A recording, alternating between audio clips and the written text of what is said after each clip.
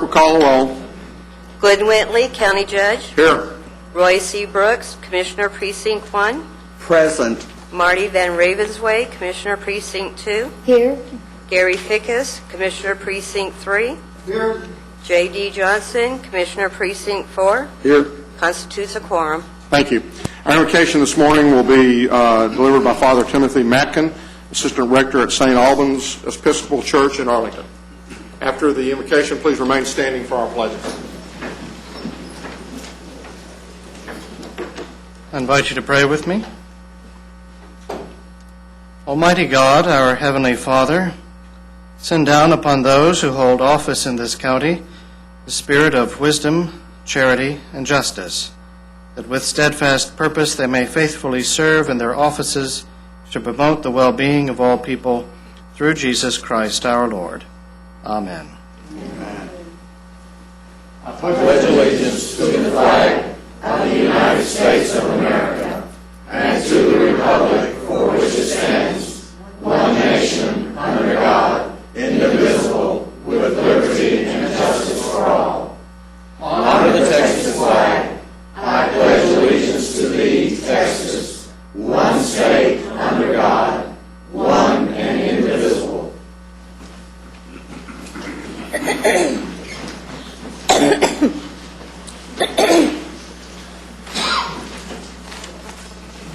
Mr. Manius, the agenda announcements.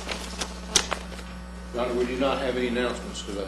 Well, I'll tell you what, you're getting pretty good at that. Two in a row. Turn the In a row. computers off and everything goes sour, doesn't it? Board members, you have before you the minutes of our meeting of October the 14th. Move approval. Second. We have a motion and a second. Any discussion? Please vote. Motion passes unanimously. Commissioner Fickus, I believe you have a proclamation. I do. I'd like for you, I don't think we've already presented that proclamation, and we just need to read it Okay. for the Texas Chamber of Commerce Week. Is that a motion? Second the motion. We have a motion and a second. Any discussion? Please vote. Motion passes unanimously. At this time, I'd like to recognize Carol Autry, who's the Leadership Board Chair for RAC. Come on. And then also Roy Orr, who's an ex officio member of the Tax Leadership Foundation. And I believe they have a presentation that they'd like to make at this time. You said RAC. I mean TAC. I'm getting myself mixed up here. You're right. So many hats. Without computers, Carol, this court can't function. I heard that. I do think I think it is, very apropos that on the day that we're getting, or that Betsy's getting an award for technology and stuff along that line, that the system goes down and, And JD's happy. yeah. But I'm back up for the court. We're glad. Please help me here. Thank you, Judge and Commissioners. And before I start, I would say that this proves that you can't do away with the Big Chief tablet and pencil. And Don't you start. Thank you, Roy. I said help me, Roy. I didn't say add to it. I did that for my great friend over here, J.D. Johnson. You used to have some other friends. Oh, Now it's 1 to 4. 1 to 4. You're gaining. But then it's a great honor to be here today to honor the Tarrant County Court and the whole county of Tarrant County on some innovative ideas that they've had, and especially with Betsy Price, who has come up with many innovative ideas. And it's my honor to be a member of the Leadership Foundation that has this best practice each year. And Tarrant County has been one of the recipients not only today but other days. And as I've said before, what happens in Tarrant County affects Dallas County, and what happens in Dallas County affects Ellis County, and so forth. And so they've come up with many new ideas that's helped county government all over this state. And I'll just be real short. You've got great leadership on your court, as you well know. J.D. Johnson is president of the TAC this year and doing a great, and he'll be president next year. And he's done a great job of leading TAC in a way that we should go and stay up with our modern world. And you're to be commended that you loan him to TAC and let him speak for county governments all over the state. And also, when we talk about that, we got a guy named Judge Glenn Whitley, who will be president of the National Associations of Counties in a couple of years, and that's a great honor. Not simply because I was the first guy from Texas ever to be president, but it is a great honor to lead 3,105 counties in this country in county government. And I've often said county government, in spite of all of our weaknesses, Commissioner, still the best government going because it's the closest to the people. And also Roy Brooks serves on the National Association of Counties Board of Directors. So I could go on and how important you are to county government and how important county government is to our constituents. So with that, I'll let my good friend Carol Autry from up in the far panhandle, who is a great county official herself. She's retired as a tax assessor collector way up there in Amarillo and Potter County and Randall County, but she's still active in county government, and that's what makes it good. Carol Autry. Welcome, Carol. Thank you very much. It's so great to be here, and greetings to this court from Texas Association of Counties. Thank you for letting us come. And you know, I am retired, but JD wouldn't let me go, so I'm still carrying the foundation, so it's good that I could do that. The Leadership Foundation has two major projects that it undertakes, and the first is the leadership training for county officials. And several people in Tarrant County have gone through the leadership training. They bring that back to their counties and form a big network of the alumni that go through that training. And then the Best Practice Awards we give every year, and it's such a value to other counties. Randall County could never have had the resources that Tarrant County has, but we piggybacked on several of the things that you all created, that you innovated. It's also, these programs are available on the county.org website and in the various publications that come out of Texas Association of Counties. Tarrant County has won 21 awards in every category, and this is actually the fourth award to go to Betsy Price and the tax office. And just a word about Betsy. She is a Leadership Foundation class alum. She's a member of the TAC board and the executive committee. She's vice chairman of the Leadership Foundation and my great backup. I couldn't do it without her, and past president of the tax assessors. All her awards have been for superior innovation. And, you know, everybody benefits from all of these programs. But the first one was in 2004, and it was her tax refund system. And my good friends in Potter County had a lot of trouble with their tax refunds. So, you know, this was something that was very needed. In 2005, she won an award for motor vehicle inventory tracking, which is a big, big project. 2006 for electronic payments, and that was the first part of this, and she said it was certainly not for the faint of heart. I will never forget her saying that, because some of these things, while they're wonderful, needed changes and they serve the public better, administering change at that level is sometimes very difficult. And then 2008, finishing up the rest of this on electronic deposits. And it's a win for the county and for the taxpayers. You have your funds available sooner, all of your partners do, lower banking costs and reduced administrative costs. The tax office here in Tarrant County boggles my mind because, you know, I had like 26 employees, and Betsy has 183, I think she said today. $3 billion in payments that she handles each year, 1.5 million customers, 60 taxing district partners. On this innovation for this award, Chase Bank partnered with Tarrant County to make this possible, and it's going to be a state-of-the-art electronic deposits versus the way we did it at home, where you filled out a deposit slip in the armored car, came and picked up all the money. I mean, this is just like day from night. There are parts of this, though, that any size county can use. And then after that partnership, Betsy joined with 5 vendor partners to create this system. And it came close to paying for itself in the first 6 months. And I think that you'll see the benefits of this throughout county government. Betsy, would you come on? Oh, you want to see the video real quick? We've got a video, I think, that That'd we're going to... great. To increase efficiency, Tarrant County Assessor Collector Betsy Price created a technological solution for streamlining check and payment processing. Price created a state-of-the-art process for scanning, verifying, depositing, and posting checks electronically. This is cutting-edge technology. It is an overall all-in process, is what we say, because all checks coming into my operation are now processed in the operations center. It reduces the amount of people who handle that paper check, so there's more security, cuts down on check fraud, fewer people handling it. It also increases the taxing authorities' interest earned on their float because we get the money in the bank the same day we receive it.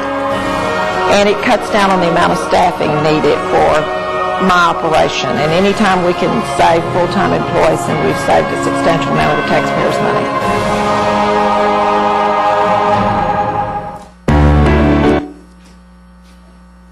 And that was part of a clip from the videos that were shown at Texas Association of Counties annual meeting in August. So, Betsy, I think that Commissioner is going to come down. We're going to have a picture off. So, Betsy, the Leadership... Be with you, Carol. The Leadership Foundation is proud to present a 2008 Best Practice Award to Betsy Price, and county government thanks you for your creative approach to meeting the needs of the citizens of Randall County. Of Tarrant County.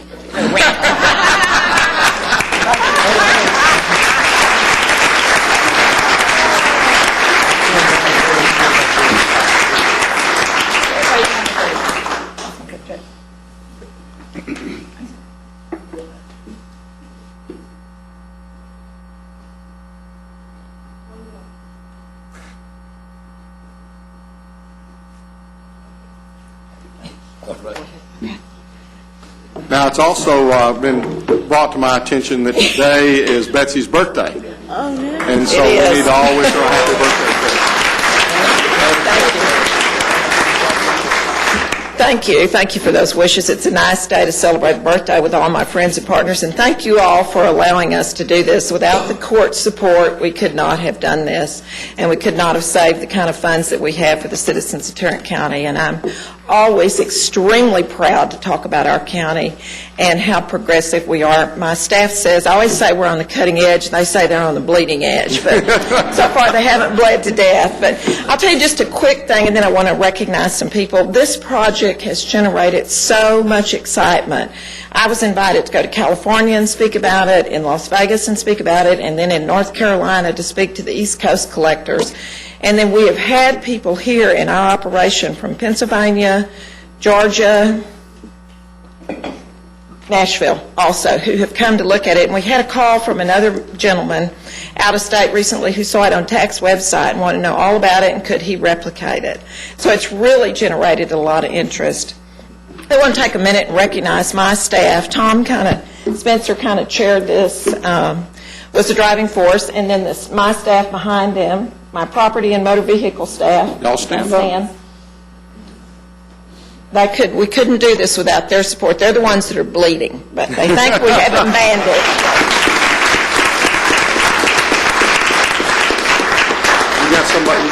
And then along with them, my IT staff is here also. Steve Smith's group, Rodney and Ann and Janie and Susan and Paula.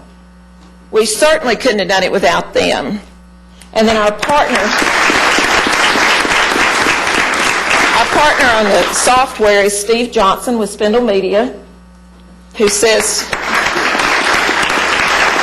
he used to be 6 feet tall and 150 pounds before I took office, and now we shoot him up. We keep him busy. And then we also use Chase Bank. This was a pilot program for Chase Bank. They had not done it, nor had we. And so our friends from Chase were vital on keeping the funds flowing and making the decisioning on the backside on the money. And we really worked them over a lot, and they jumped to and did everything that we wanted done. And I wanted to ask them to stand. I think Danny wants to say something to you, Danny Smith.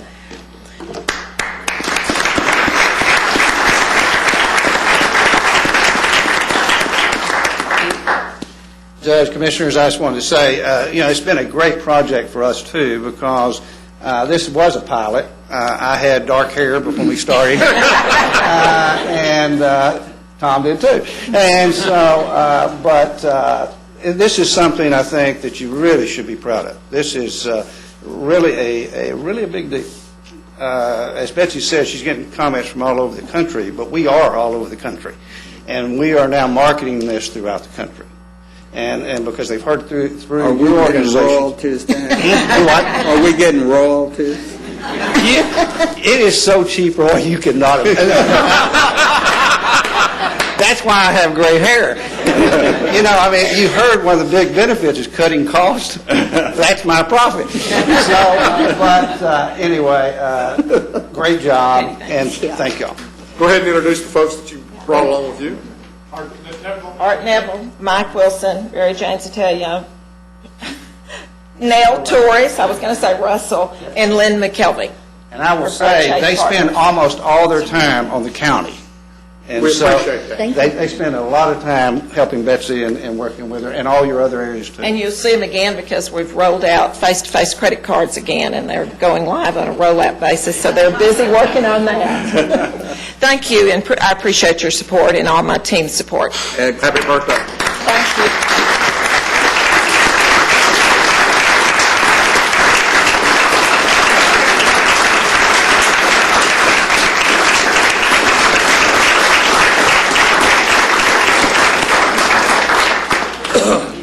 Judge, if I could, I'd like to ask Carol to come back forward for just a moment. Carol, would you come back up for just a moment? Our judge, when he doesn't have a computer, he jumps the gun sometimes, and I was supposed to introduce you today. This was my item on the agenda, but his computer isn't working, so he didn't realize that.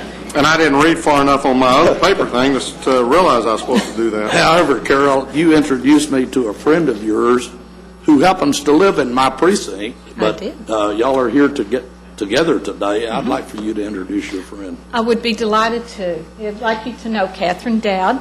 She was an HR person at Randall County for several years. High-energy woman, more fun. And I made sure she was introduced to HR over here because she has many things to do right now, but eventually she's going to go back to work somewhere, and you all need her. And her husband is head of ICU at your county hospital. That's why they ended up in Fort Worth, why they left Randall County. We didn't think Catherine was ever going to join him. So she loved Randall County, but she's very happy here, and JD's her commissioner. So, anyway. Well, I see that Ron Stutz and Robert Ory are both looking. It's like they're gonna swamp upon you here real quick. So just be prepared from that standpoint. Well, anyway, thank you very much, JD. Thank you, Carol. Carol and Roy, we really appreciate y'all coming out. Carol, both of these folks have just do a tremendous amount of work for the Texas Association of County, as well does JD. But I really want to recognize them and tell you how much I appreciate you taking the time to, Roy, come over from Dallas, and Carol to come down. Amarillo. That's right, from Amarillo, and then away from those grandkids. So it's just, it's. There's a lot of them, there's 11. That's right. She said when she mentioned that she was retiring that she had plenty to do with the grandkids, and she was looking forward to that. And as she said, JD just said, nope, retiring. Well, there's several reasons why she's not going to retire. She's a tremendous person. She does a wonderful job at everything that she does. And she is the one that got me into the position that I'm in at TAC right now. When I was approached to run for president-elect of TAC, I said, I can't do that. I've already made a commitment to the statewide Judges and Commissioners Association. I'm going to be president of that same year. She said, it doesn't matter. You can handle it. We'll help you. And by George, she has. And Carol, thank you very much for that. Thank you all very much again. Your Honor, before we move We need to forward. receive and file. Yes, sir, please. So moved. Second. We have a motion and a second to receive and file. Any questions? Please vote. Motion passes unanimously. You have before you the consent agenda. Move approval. Second. We have a motion and a second to approve the consent agenda. Any discussion? Please vote. Motion passes unanimously.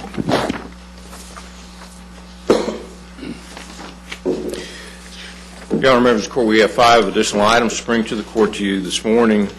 The first one, item number 1, we're requesting that the court approve an local agreement between Tarrant County Hospital District and the City of Grand Prairie for the operation of a community health clinic. Move for approval. Second. We have a motion and a second. Any discussion? Please vote. Motion passes unanimously. I'd just like to make a comment about that. I believe this may be the first time that we have a municipality in Tarrant County that is contributing a substantial amount of money to have a clinic. I know that Arlington has done so in the past, but all said and done on this one here, the hospital district should be receiving about a little over $900,000 from the city of Grand Prairie for this. And members of the court, we can go to item number 2 then. This is a continuation of this. This is a lease agreement between the hospital district and Mid-Cities Health Facilities Partners for the lease of space to house the Grand Prairie Community Clinic. Move approval. Second. We have a motion and a second. Any discussion? Please vote. Motion passes unanimously. Your Honor, members of the court, on item number 3, we're requesting that the court approve the hospital district's contract with Fane Construction for the installation of 120 parking spaces to support the relocation of the Rosedale Central Fill Pharmacy to JPS Health Center, Viola Pitts, Como. Move approval. Second. We have a motion and a second. Any further discussion? Please vote. Motion passes unanimously. Your Honor, members of the court, on item number 4, we're requesting that the Commissioners' Court approve a resolution which relates to the issuance of tax-exempt Series 2008 revenue bonds by the Tarrant County Cultural Education Facilities Finance Corp. to Baylor Healthcare System in the amount not to exceed $245 million. Please note also that we have received the hub letter from Baylor Healthcare, also notification that none of the properties included in this particular area none of those properties are restricted in any way from either health or governmental functions. Move approval. Second. We have a motion and a second. Any further discussion? Please vote. Motion passes unanimously. Finally, members of the court, on item number 5, we're requesting that the Commissioners' Court approve a resolution which relates to the issuance of tax-exempt Series 2008A and taxable Series 2008B revenue bonds by the Tarrant County Cultural Education Facilities Finance Corp. to Oak Cliff Academy, Inc., which is doing business as Trinity Basin Preparatory, a Texas nonprofit corporation, and an authorized charter school as defined by Section 53.0210 of the Texas Education Code, the amount not to exceed $7 million. Please also note that we do have a letter in hand from this organization stating that they acknowledge the county's hub policies, also indicating that none of the properties defined herein have limitations as it relates to governmental or health-related activities. Move approval. Second. We have a motion and a second. I guess I want to be sure that we're expanding that the discussion or the questions with regards to restrictive properties to any properties, not just within this particular thing, but any properties that they might own within Tarrant County. We do ask those questions. Yes, Your Honor. So it's not, it's expanded out. Right, and that is in Tarrant County. On this last one here, this one is located in Dallas County, and there's no properties in Tarrant County. We do have a letter from the county judge in Dallas County approving of this request. Okay. Any other questions? Please vote. Motion passes unanimously. Thank you, Your Honor. Thank you. Ready now or after? Okay. Do we have one under budget and risk management? Yes, we do. Oh, yes, we I'll do. move You're to right. receive and file the risk management board minutes. So moved. I think that was a second. Okay, second. Whatever. We have a motion and a second. Any further discussion? Please vote. Motion passes unanimously. Ms. Glenn. Roy, your time. Move approval to receive and file the personnel agenda. Second. We have a motion and a second to receive and file the personnel agenda. Any discussion? Please vote. Motion passes unanimously. We just have one additional item for the court this morning. We're asking the court to approve organizational changes for juvenile services. Juvenile Services is requesting the addition of 2 temporary positions to their TO, a part-time position and a substitute position. There'll be no impact to the general fund. They'd like these positions to assist with research and administrative support. Move approval. Second. We have a motion and a second. Any discussion? Please vote. Motion passes unanimously. Thank you. Mr. Beecham.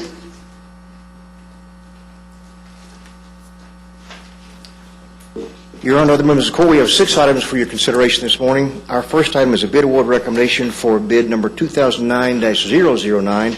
It's our annual contract for MAPSCO street guides and directories. Recommendation would be to award to MAPSCO on a per unit price basis. Move approval. Second. We have a motion and a second. Any discussion? Please vote. Motion passes unanimously. Item number 2 is another bid award recommendation for bid number 2009-011. This is our semi-annual contract for copy paper and stock computer forms. Our recommendation would be to award on a per unit price basis, awarding to the 6 primary and 5 secondary vendors as shown in your court communique. Move approval. Second. I have a motion and a second. Any discussion? Please vote. Motion passes unanimously. Number 3 is another bid award recommendation for RFP number 2008-164. This is an RFP for juvenile forensic assessment services. Recommendation will be to award to the 12 vendors as shown in your court communique. We're also seeking contract approval from the court. I make a motion to approve. Second. We have a motion and a second. Any discussion? Please vote. Motion passes unanimously. Item number 4 is another bid award recommendation for bid number 2009-008. This is a bid for boiler replacement for the Correction Center. Recommendation would be to award the Ashcraft Company in the amount of $32,995. Move for approval.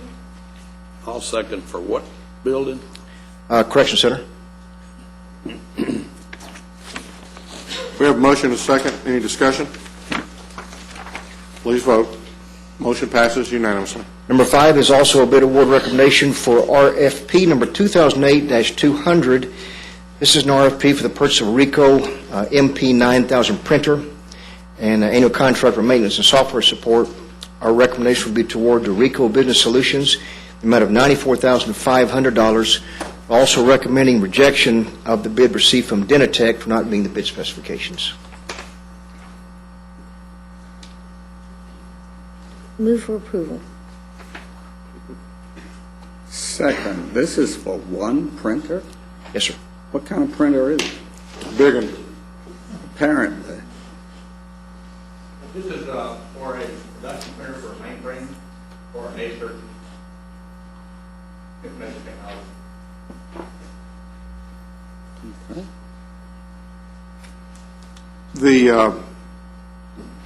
The one that was rejected, why were they rejected? They did not attend the mandatory pre-bid conference. What was their bid?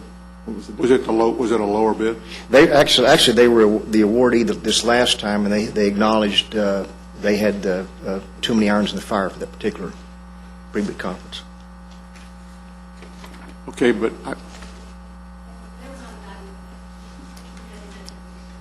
If you're going to speak to the court, you can come up here. so again, I guess what we're asking, or what I'm asking is, they were rejected because they didn't come to the bid conference. Were they the low bid? It was an RFP. They were not evaluated because they didn't attend the mandatory pre-bid. Okay. We did not go through the evaluation process when we have a situation like that. Did you look at their bid? No. Okay. And they were the previous? They were the previous awardee, yes, sir, the last time we bought these printers. Okay. And have we had any problems with them? I guess the question would be, why did we have a mandatory, you got to be here in order to bid on the project? Well, we do, as we talked about before, it's done to ensure that all the vendors receive all the information. It's a complex process, this particular printer and the maintenance. And we notify everybody with plenty of time and to ensure that everybody hears all the discussion at the same point of time, and they don't hear or not get the information. And we've determined over the years that we have more problems when we don't have a mandatory for everything that we do, but certainly for high technology items like this, we normally go through that process. We found out that at least in our assessment, that it creates more problems when we don't have a conference like this to go through the specifications and the requirements that we have. People don't, they get the same message from the experts, IT, and hear all the information concerning that particular bid. But here's an example of where these people have been hearing all the information and getting all the information for the last year, and because they didn't have someone here. It's when I ask people why they don't bid on county jobs, without fail, most of them will say, because of the red tape you put me through to get me to come to the table. And it's just not worth it for me to have to spend all of this time and effort and stuff like that for, and then I'm, on the low bid. So again, you can't even tell me whether even though they've got the contract right now, you can't even tell me whether or not they would have had the low bid, and certainly they would have known what was going on in the project. Could I ask a question also? How many bids did you open and qualify? 2 were evaluated. You evaluated 2? And this bid actually is not for the exact same thing that we recently purchased. It includes a printer for the disaster recovery site, which is new, completely different from what we've done in the past. And there was a lot of information shared about that at the pre-bid conference. How many people came to the pre-bid conference? Obviously 2. Well, no, there were more than that. I can go pull that information that were at the pre-bid.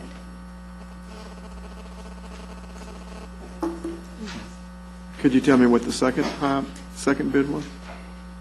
She bring the folder to the front. Okay.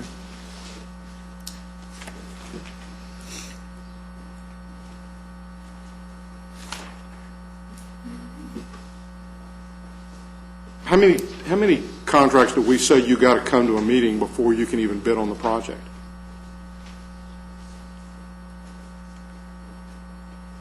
Almost all of our construction bids are like. I understand the construction bids, I guess, but we're buying a piece of equipment. Okay, 13 vendors received the specifications and 7 vendors attended the pre-bid. And what was the second bid? Who was You the had 2 second? bidders. What was the next bid? So out of the 7 that came, 4 of them decided they weren't going to participate. Correct. 3 bid, you threw 1 out. Well, no, 5 decided they weren't going to participate. Okay. Well, no, you said you had 7, We did. Denatech didn't show up at the pre-bid. but they sent a bid in and you just rejected them because they didn't show up. Correct.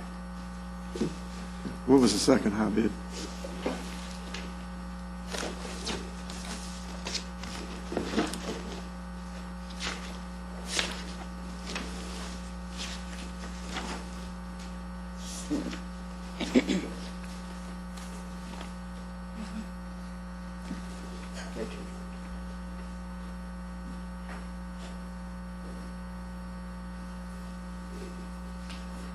If I might add to this, there's a software element to this printer bid. I'm sorry. Our print solution includes some software. Excuse me. Could you give us your name? My name is Richard Boykin, Operations Manager. Okay. For IT Department.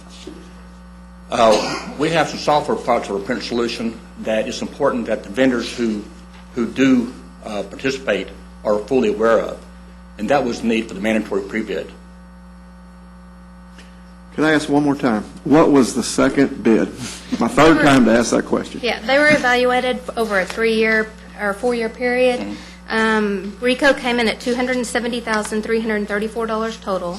ICON came in at $432,794 total. Okay, this And is a then we- 95. This is a $94,500. That's for year bid. 1. And what was the other one for year 1? I didn't calculate that. We evaluated them and then awarded points. Is it the same amount of money every year, or is it changed every No, year? the printer is only a one-time purchase. Let's see, Well, so are we approving the printer or are we approving the maintenance contract? both. It says here it talks about $1 of $94,500, so it's obviously not a dollar amount of $94,500. You're saying it's $270,000. That's for a 4-year total, 4 years. This is for 1 year, including the printer. Well, The but shouldn't it, 94,000. if we're obligating the county to the 4-year contract, shouldn't we have the 4-year contract on there? It's not, it's an option to renew. We can, It's a one-year is it a one-year contract with 3 years to Yes. But the renew the contract? $94,000 is the piece of Yes, sir. equipment. no. No, it's the equipment plus maintenance. The first year cost. Jack, you told me this morning in the elevator lot, we didn't have any of this today. He didn't think we would. It's printer. How much is the printer and how much is the maintenance? Full-year cost for the second printer. Normally, that Did we buy the information's printer shown from in our back. Only the evaluation. Compared to How much was the printer and maintenance? Rico cost for 4 years is $270,344. The second bid on the Icon printer would be $432,794. How much is the printer and how much is the maintenance? The printer from Rico is $29,250, just the printer. And how much is the printer from the other one? $26,978. How much? $26,978. Okay, so why did we choose to put the two together as opposed to buying a piece of equipment from one and buying a maintenance contract from another? It's important we have the maintenance for the printer and the software to one vendor. Well, I'm not saying we shouldn't have the maintenance and the software, but you said the copier itself was 29 versus 26. This RFP was set up as an all or none, where they're awarded the entire contract or not, and that's why it was awarded. That's why we're recommending awarding it. Do you have the Dynatech one there, even though you didn't evaluate it? I have it here in the envelope. I haven't opened it. They didn't attend the mandatory pre-bid, so they didn't meet specs. Okay. Did you have a pre-bid? When did you last bid this? The company that bid it, that you didn't open their bid, they bid it. When did they bid it? When was the last time they bid to have the contract? It was a 4 years. 4-year contract. 4 years ago. 4 years ago. You had a Yes. pre-bid meeting then? Yes. Yeah, I'm sure we did. Yes, sir. Sure you did, Jack? Yes. Okay. So they didn't show, but they bid. But you don't know what their bid says, because you didn't open it. Do we have a motion and second? We have a motion and a second. I'd like to call the question, please.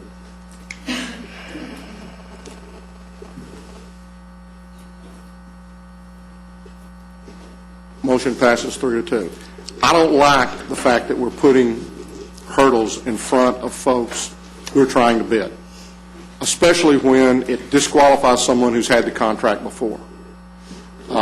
Again, I see this as one of the things, it's a red tape which causes people not to mess with the county. And, I mean, just, I guess, take that for what it's worth and know that in the future, I'm going to probably vote against things where you're putting up hurdles that prevent people from coming in when they've done work with the county before. So you don't want any paperwork follow-up with people who've been here before? I guess what I want is I want us to make it easy for people to come and to deal with the county and not difficult.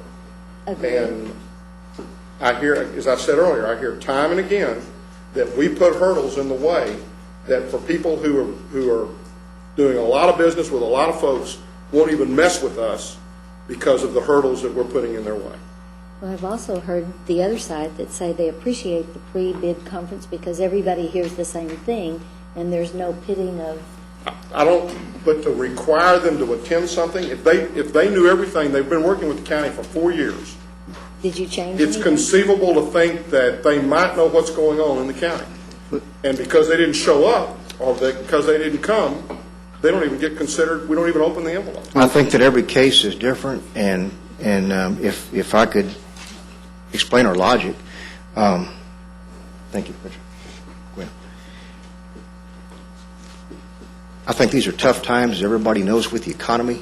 I think that you'll see more and more, quite honestly, which if you think back, that although we've been very fortunate in the last 13 years not to have many bid protests, you determine, and the law was changed 2 years ago by the legislature, we tried to, you can spend more time on the front end and ensure that the problems are minimized or you can spend it on the back end with protests, as we saw a couple of weeks ago. And I think you'll see, just from my observation, with all due respect, I think you'll see more and more of that. We've spent a lot of time this year with heavy equipment and most everything else we do because people's time is valuable, theirs and ours also.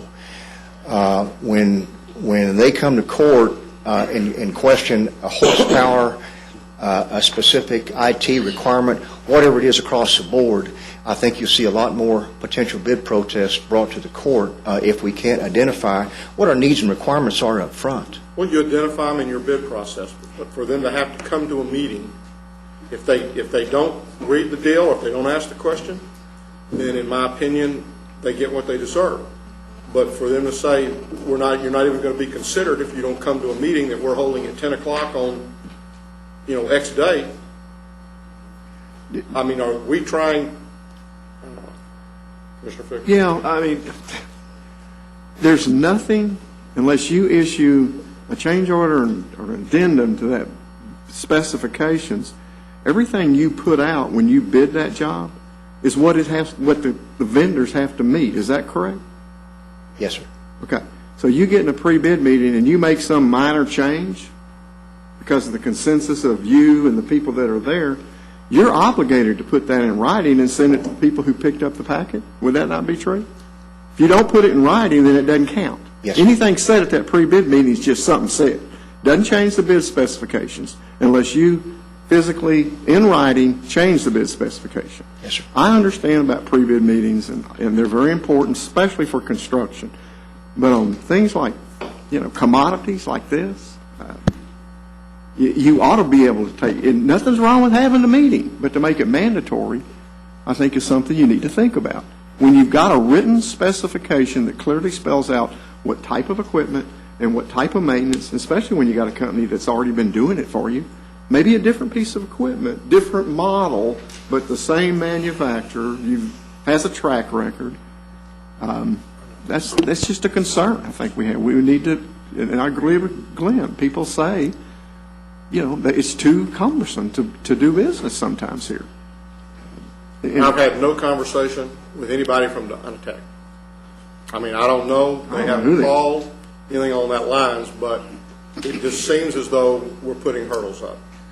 And this just seems to be an example that I keep hearing. Next item. Last item, number 6, is an item in regards to bid number 2009-010. For our mineral interest oil and gas lease request, we are recommending rejection and seeking permission to rebid. So move. Second. We have a motion and a second. Any discussion? Please vote. Motion passes unanimously. Thank you. Ms. Lamb.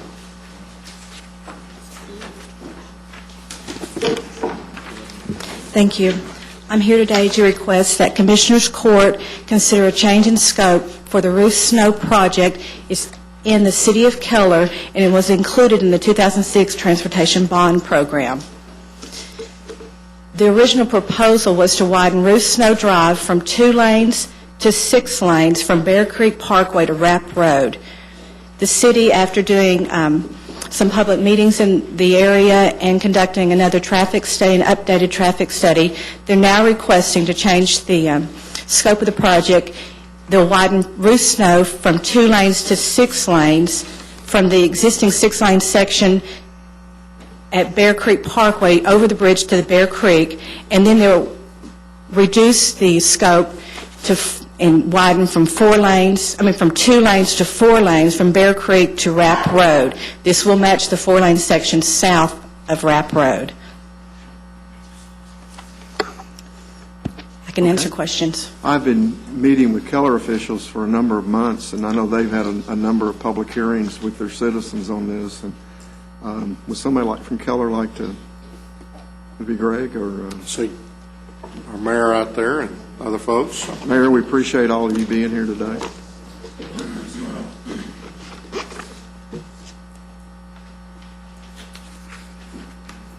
To start off, I want to Thank you. Go ahead and mention your name so that Okay. I'll list your name so they My name is Mayor Pat McGrill, City of Keller.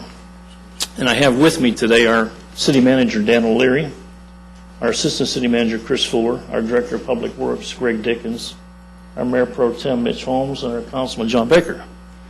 And obviously, we're all here in support of this, and hopefully you will be too. And what I'm going to do is basically, I'm going to turn this over to Greg Dickens, our Director of Public Works, and he can give you the details. But this is a project that's been ongoing for some time in the City of Keller. And as we started to move forward, there was a lot of concern raised by the citizens in the residential area as to the real need for 6 lanes. So we felt it incumbent upon ourselves to go back and take a second look at the portion through the residential area that was currently planned for 6 lanes. And after doing an extensive study by an outside consulting firm, they agreed that at present 4 lanes would be more than sufficient, and possibly in the year 2025 we would need the 6 lanes. So the plan is to reduce the section through the residential area to 4 lanes, but the important thing is we're going to continue to acquire the necessary right-of-way for the 6 lanes. The people are aware of the fact that it very possibly will go to 6 lanes when the time comes around 2025. So if you don't mind, I'm going to have Greg Dickens come up and give you more details and answer your questions. But again, we appreciate all your support on this project. Thank you, Mayor. And I do need to point out Commissioner Fickus has been very helpful with us as far as helping guide us through the process. So thank you, Commissioner. Greg. I don't think I've got to say anything after that. He pretty well explained it, didn't he, Greg? I think he pretty well explained it. I think the main issue here was that I think whenever the city came to y'all to get this on the bond program, we were looking at our last update of our master thoroughfare plan, which was in 2004. And on that master thoroughfare plan, they were looking at 2030. And so, we were planning all of our streets for 2030. This is what we would need at that time. But when we came back and we looked at this incrementally, how are we going to get to that 2030, the particular capacity that we're looking for, which is level of service of C/D, we crossed the line where we need 6 lanes in about 2025. And that's what the mayor was talking about. So until that point in time, we only need 4 lanes. Greg, also, when we met, we talked about population projections, and when this was first submitted and looked at back in 2004 and 5, I think COG had some numbers that said Keller would be in the 70,000 range, which is for a city that's 30-something thousand now. I think your actual build-out based on your current lot sizes that you utilize are really going to be probably in the high 40s, maybe even the low 50s. So significant difference in the build-out of Keller, which is, nearing. I mean, you got a ways to go, but it's not going to be the density that maybe some other metroplex cities, and you're in keeping with what has happened in northeast Tarrant County and the cities around you with your density. So I think we have a significant reduction in the actual number of people that will live there. I know that you had a number of meetings with your citizens along that area and all the subdivisions, and this was something that was more of a consensus that, yes, we know that someday we need to go to 6. Let's do the right-of-way. Let's create some trails through there also at this same time. Go ahead and do some right-hand turn lanes that make traffic easier to people to get into their subdivisions and get out of their subdivisions, but still maintain where you don't have this huge boulevard thoroughfare running through there. So it was not hard for me to get behind this and support it. So I would move that we approve this. I'll second. Have a motion and a second. Any discussion? Please vote. Motion passes 4-1. Thank you. Appreciate it. Thank you. You didn't give me enough time to open my mouth. He was rich. I have nothing against this project or against the city of Keller. I've got something against the way this court processes and approves these applications. There's only been one in the history of this bond program that has not been approved by this court, and that was in my precinct. I don't feel like I can support any of these decreases in scope based upon the rationales, the comparative rationales for these for approving and disapproving these projects. Thank you. Our second item be presented by Robert Burnt.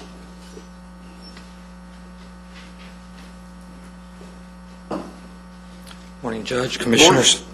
It is requested that the Commissioners Court authorize the County Judge to sign a letter with the Texas Commission on Environmental Quality delegating to the Director of Transportation Services and the Public Health Environmental Health Manager the authority to sign certain routine reports under the Texas Pollutant Discharge Elimination System Municipal Separate Storm Sewer System Program. Move approval. Second. We have a motion and a second. Any discussion? Please vote. Motion passes unanimously. Thank you. Thank you. Commissioner Brooks, looks like you have an interlocal agreement.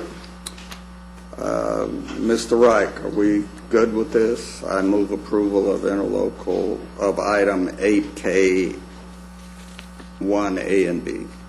Second. We have a motion and a second. Any discussion? Please vote. Motion passes unanimously. Commissioner Fickus. Yes, I have two interlocal agreements. The first is interlocal agreement with the City of Southlake for improvements on Randall Mill Road going north of 1709 and on Carroll Road north of 1709. Also, that's on 2A. On 2B, on 2C is Keller. It's for Roanoke Road, Johnson Road, and Willis Lane. Move for approval. Second. We have a motion and a second to approve items 8K, 2A through D. Any further discussion? Please vote. The motion passes unanimously. Is there any appointments for today? I have one. Okay. Need to reappoint Carolyn Sims to the City of Colleyville Tax Increment Financing District Board, effective January 1st, Second. 2009. We have a motion and a second. Any further discussion? Please vote. Motion passes unanimously. Anything else? We have the claims, have before you the claims, including the addendum. Move approval of the claims, including the addendum. Second. A motion and a second to approve the claims, including the addendum. Any discussion? Please vote. Motion passes unanimously. Briefing items, Mr. Manius. Thank you, Your Honor. We have one item to bring to the court this morning. This is the monthly update from the hospital district. Mr. Early is here to address the court at this time. Thank you, Judge, Commissioners. I would like to begin by wishing Betsy Price a happy 25th birthday and also indicate to you that She doesn't vote on your budget. I understand. But she collects his taxes. She's still 25. She is training for a half marathon with my wife, and I want them both to know that I will stand proudly on the sidelines and clap for both of them. No intention of being there other than to clap. Thank you all for allowing me to be here again this month to give you an update. What I bring before you is a rather serious matter that I take near and dear to my heart. Last month, I put on a pair of scrubs and did a 12-and-a-half-hour shift in our emergency room. And I did a 12-and-a-half-hour shift in our emergency room so I could see what I was being told. And some of the things that I was being told were correct, and some of the things I was being told were incorrect. And it helps to see it firsthand. The first thing that I want to give to you all as commissioners. Yes, if you don't mind. Actually, give me the top sheet so I know what I'm talking about. The first thing that I want to share with you in a graph form, and again, this is going to be a 5-minute presentation, and the first thing I want to share with you is our left without being seen rate in our emergency room.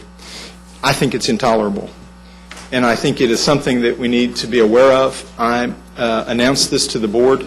It was reported very accurately in the press, which I appreciate. And it is, by design, something that I think we need to look at.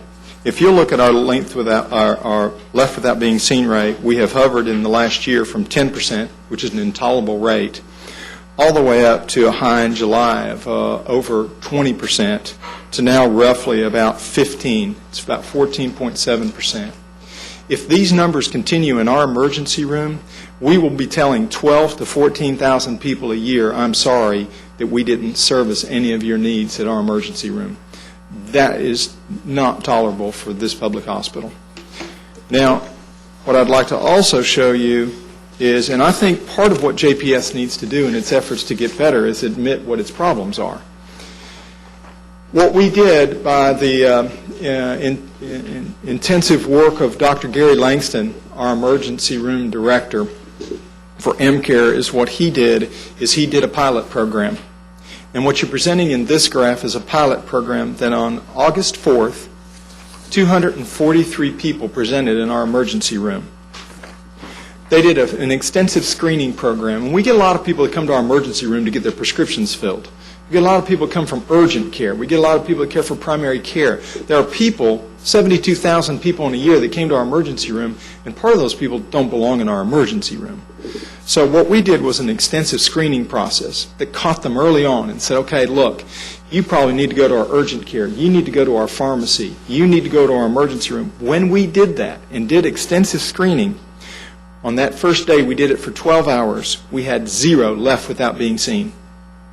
During the 12 hours we didn't do it that day, you'll see in the graph next to it, we had 22 that left without being seen. On the 5th, we did it for 8 hours. We had 0 left without being seen when we did extensive screening. When we didn't do it for the remaining part of the day, we had 14 that left without being seen. So what you can see by this graph is when we have an extensive screening program, it works. We can reduce our left without being seen rate in an efficient and an effective manner. I don't want you to get comfortable.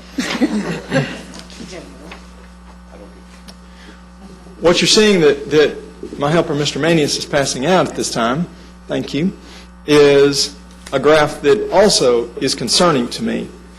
Because what you'll see in this graph is after the patient has been triaged, and we did that screening, after an emergency physician evaluated them, and after they have been consulted. Now, I can't give you the times on those because they're all over the board, but consider them to be a length of time, anywhere from 2 to 6 hours. After that time period, you're still looking at, for these months that you see, June, July, and August, what you're seeing is an average wait time of 5 hours, 8 hours, 5 hours, and 6 hours after the patient has gotten work orders written up to be admitted to our hospital. So once you come through our emergency room and you've gone through the consult, you've gone through emergency doctor visiting with you, you've gone through your triage, we then say, on average, you still have another, as of last month, 6 hours to be an admitted patient, but your backlog sitting in our emergency room because we don't have a vacancy of beds. Now, part of that is due to our environmental services and needing to be better and move those beds quickly.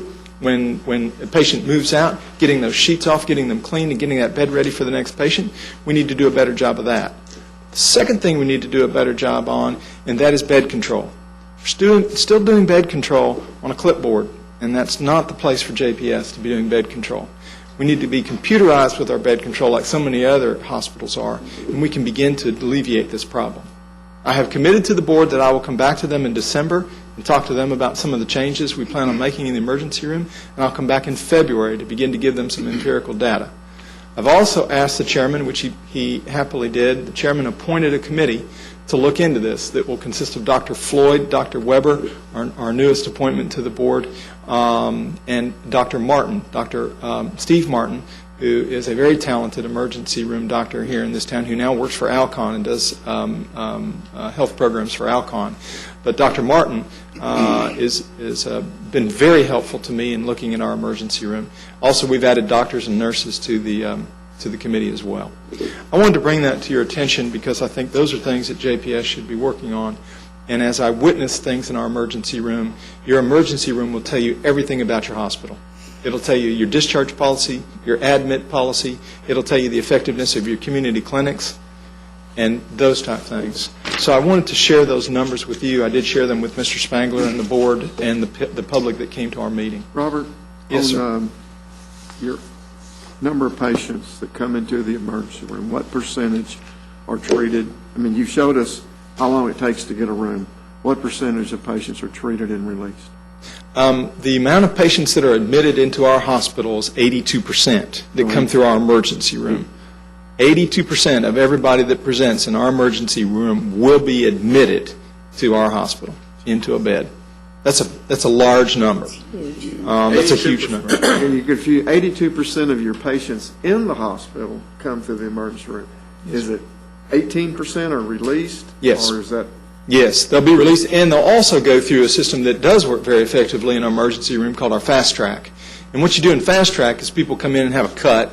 They need sutures, and we'll stitch them up and send them on their way. 82% require being admitted. Yes, sir. We get the sickest of the sick.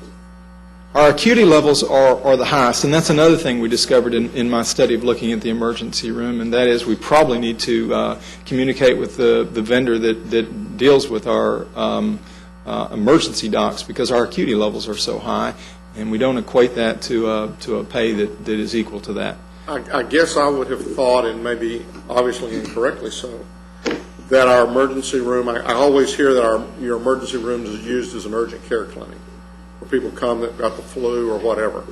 You're saying that that's not clogging up, that that's not coming into our room, or are those being evaluated as that's urgent care and not emergency, and therefore they're not in my emergency numbers? They're part of the emergency numbers, but even some of your urgent cares are going to be admitted patients as well. Just because it's an urgent type situation doesn't mean they're not an admit. But again, what I want to be sure I understand is everybody who walks through that door, 82% of them end up in my hospital. That's correct. And 18% may either be, we're going to give you something for your cold, we're going to stitch you up, send you on, but only 18% of them are walking out the door, except for the 15% who walk out without ever being seen. I mean, seems real high. It is high. I mean, what it says here is that right now there's only 3% of the people who are showing up that are being treated and are leaving. 82% are being checked into the hospital. 15% are leaving without ever getting any care. And I think another part of that, Judge, that we... Is that really what you're... The question is the 15% that walk away without being seen, are they part of the 18%? That's the question. I mean, I find it hard to believe that only 3% of the folks that are coming into our emergency room are being treated and released. Right, and I don't think it's going to be 3% is all that's being released. 15% are not in these admit, non-admit statistics. They're just going off the top. They're going off the top. Yeah. That's exactly right. Those are off the top. So the 15%. Okay. So the 15%. So this chart right here, the 243 doesn't include those who left. It does include those. It includes those who left, but on that day, on that August day, there were 243 that presented at our emergency room that day. 22 left. 22 left, and during the time we didn't have screening, 22 left. During the time we had screening, 0 left. So 22 left, and that, well, we don't have that. But you said if there's 221 people, and you say that approximately 82% of those got admitted? Mm-hmm. In overall, throughout the year, that's what your number is going to be. That's at the emergency room. To up your screeners? Well, what we're trying to do, what they've suggested is that we increase the amount of hours that were available for screeners. However, if you don't fix your admit policy, all those screeners will still have an admit holding problem in your emergency room. So you've got to work far better at your bed control and get them admitted. The other thing that we need to look at the hospital is the utilization. And that's utilization of what we're doing and who we're putting in those beds and how long we're keeping them in those beds and the length of stay issues as well. What's your length? What's your average length of stay? I don't know what the average length of stay is right now. I know that our length of stay numbers have gone down in some categories, particularly with our new robotics program. It's been a significant indention into the length of stay. I'm sorry? Are you over 4? Yes, we are over 4. That sounds real high. It is high. Compared to 3, some of those privates. It is high, but compared to those, again, I think the acuity level is going to be a factor in length of stay too, and the comorbidities that we have with a lot of our patients. Oftentimes, a patient will present with one problem, and there'll be multiple problems that we'll find in those situations. What I think the point that is critical is the amount of time that we need to spend looking at these issues and the amount of time that we need to deal with the emergency room. I will make the argument the emergency room will tell you the health of your entire network. Well, and I guess the thing that I mean, this indicates that we certainly have some areas to work on, but the other thing that I need to hear to see how bad those areas are that we need to work on. So what is this, how do we compare with, one, either other public hospitals, or two, how are we comparing with other hospitals within the community? If the average wait at any other hospital to get into the hospital is the same amount of hours, then it may say that, yeah, we still have a problem, but it's a problem that everybody's sharing. Well, it is a problem that is an everybody problem. There's no question. National benchmarks on left without being seen are in the single digit. They're about 5 to 4%. I just met with the CEO yesterday of Hughley, and their left without being seen rate is a percentage point. It's like 0.3%. So depending on how we compare, and it's a little bit more difficult, I'm going to probably think, without saying anything about our colleague to the east at Parkland, their numbers probably aren't all that different at their facility, and they've had it quite tough. And I don't mean to speak because I have not seen their numbers. And that's what I would like to see, because, I mean, I'll grant you, Hughley, the population that surrounds Hughley is not quite the same as the amount of people that surrounds JPS. No question. No question. My difficulty with this is, and why, whatever that percentage is, it's got to be reduced, because what happens is that left without being seen rate being so high at JPS causes Harris problems and Baylor problems and others throughout the community problems, because that's going to create additional burdens to their emergency rooms. So I think it's paramount that JPS deal with the nucleus of that healthcare delivery at that level, because it will affect all the other hospitals in an adverse way. Now, our numbers were lower. In fact, these numbers, you saw left without being seen rate continue to increase, but part of that increase is just dealing with the new pavilion and dealing with the new issues there as well.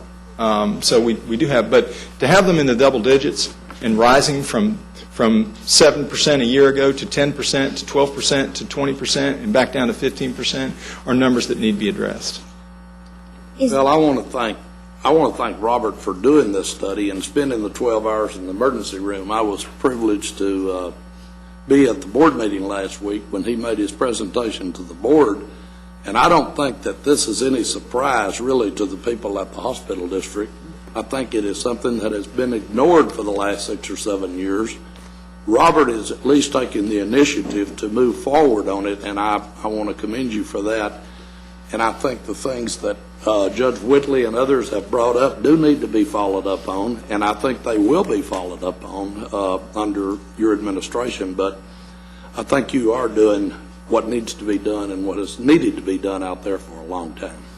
Thank you. I, too, would applaud you for the process. I think the things that you have done to study the problem and put corrective measures in place are the proper steps. But more than that, I applaud you for your new attitude for John Peter Smith. I like your statement that in order to get better, you must first admit what your problem is. That's a refreshing new attitude at JPS. Thank you. I thank you for that. Robert, when did y'all move? I know it took a week or maybe months, but when did y'all move move into the tower? May. We had a soft opening, but we moved in May. Now, the exact day in May, I couldn't tell you, but it was mid-May that we moved into the tower. And we have seen, anytime you move to a new structure, you're going to see issues. Is that when you switched over emergency room? Yes. One of the other difficulties that we have in this emergency room is just coping with a linear design of the emergency room as opposed to somewhat of a circular design of our old facility. Makes it more difficult to pull nurses. If you're in a circular design like we are here, and I need to pull you over here, I can do that easier. The linear design of the emergency room now is in hallways. So this emergency nurse has a harder time pulling somebody in because they're in another hallway. There's geographic issues that we need to look at, and some of those considerations probably were not vetted. How many rooms did you go from the old area? Well, one of the problems that we had in that, does that mean my time is up? No, that's when the little slot below. I understand. Let me see. I saw, I don't want to go just yet. Plus, I told Charlotte I'd fix my tie. She said it was crooked. One of the things that we have witnessed as one of the problems is some staffing issues moving to a new pavilion with those kind of concerns. And the other thing is we could have done a better job, and it was difficult, and we had some roadblocks thrown between us on dealing with this, but when we moved to the new pavilion is redeploying the old beds in the towers. We're just now starting to get some of those beds online, but there wasn't quite the net gain that we wanted to have. How many rooms was the new building built for? 108 new beds. Emergency? No. I'm talking about emergency. Emergency services are going to stay the same. What we do is we increased our emergency bays significantly, and we increased our operating rooms and trauma areas. So it's hard to say we increased rooms for emergency. We didn't do that per se. We located a system very similar. Okay. You alluded to something which I've heard from a number of folks in the design and the difficulty with the new design versus the old. Which is very troubling when we just are moving into this building that we didn't anticipate or do something that brought the parties that were going to be using it together in the design. With great hesitancy, I ask, what is the solution to curing that problem? Well, there's a couple things, and it's not far-fetched and it's not impossible. First of all, I think we need to look at adequate staffing levels, particularly in the sense that our old you created a positive situation and created a difficulty with it. We had privacy issues in the other emergency room. We had curtains in a lot of places, and it was tough. We put doors in place now, and the ability of looking in that room is much more difficult. So you're going to have to address your staffing levels to make sure. Now, we created a privacy level, which is wonderful. You don't want to be in a situation where you lacked privacy, and sometimes in the old emergency room we had 2 people in one facility. We don't have that anymore. It's plus. But we have to address some of the staffing issues, knowing that it takes more to look inside that door. It takes more for the linear design, and I'm not certain when we looked at that, we looked at volume numbers, but we didn't look at the geographic changes and what that linear design would do. I also think part of it's coping.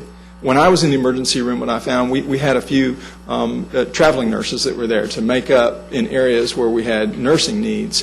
Well, that's difficult when you bring a traveling nurse in to know where everything is. Same thing when you move your entire operation over. It's going to take the adjustment time of moving into a new facility. So that's not all negative, but I think the staffing issues are the ones that are critical. The other thing is I'm very happy to work with MCare, who is our provider, to allow them to bring the tools to the table to up our ER as well and be better about dealing with our ER.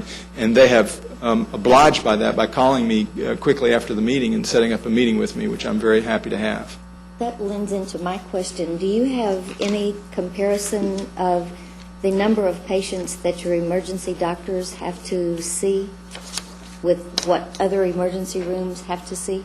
Well, it's a good question, and we're going to have a doctor trying to hit the goal of about 2 to 2.5 patients that they're going to see on a basis.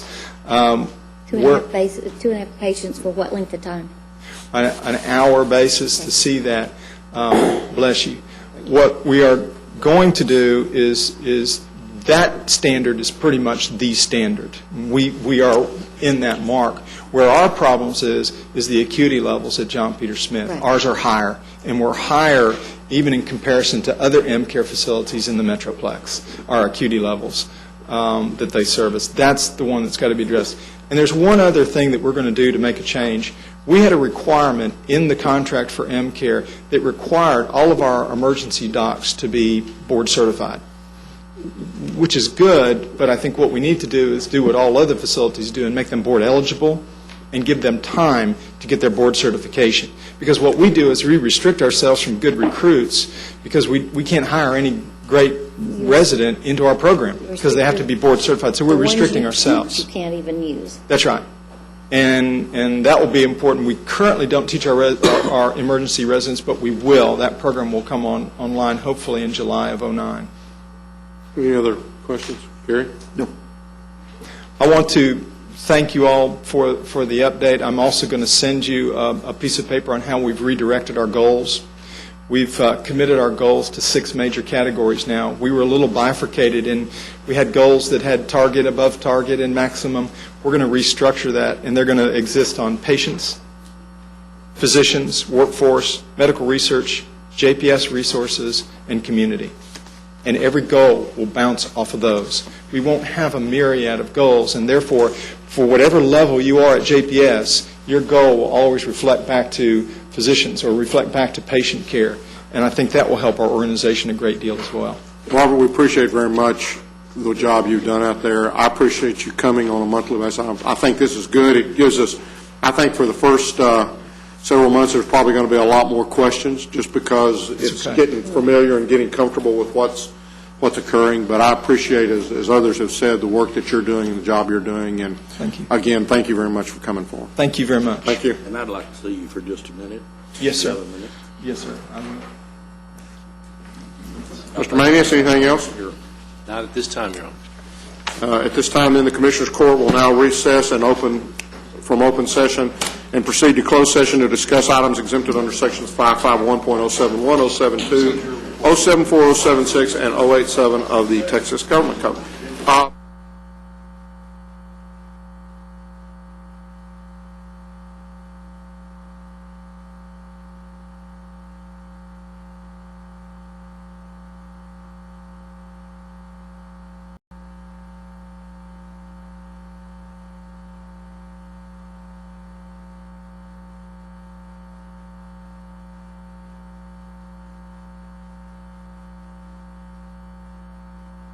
Having returned from closed session, we will now address the following.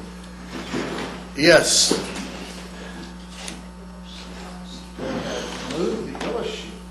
Goodness gracious, what a cleanup operation we got going on. Well, verbiage.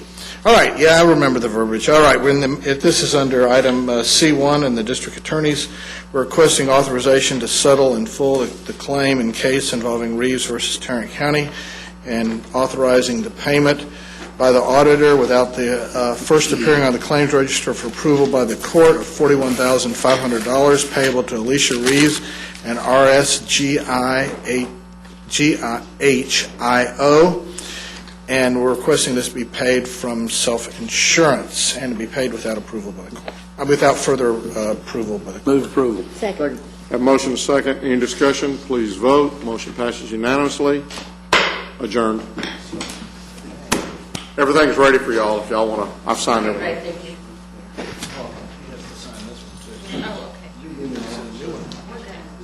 There might be a... No, just for them. Just for them. So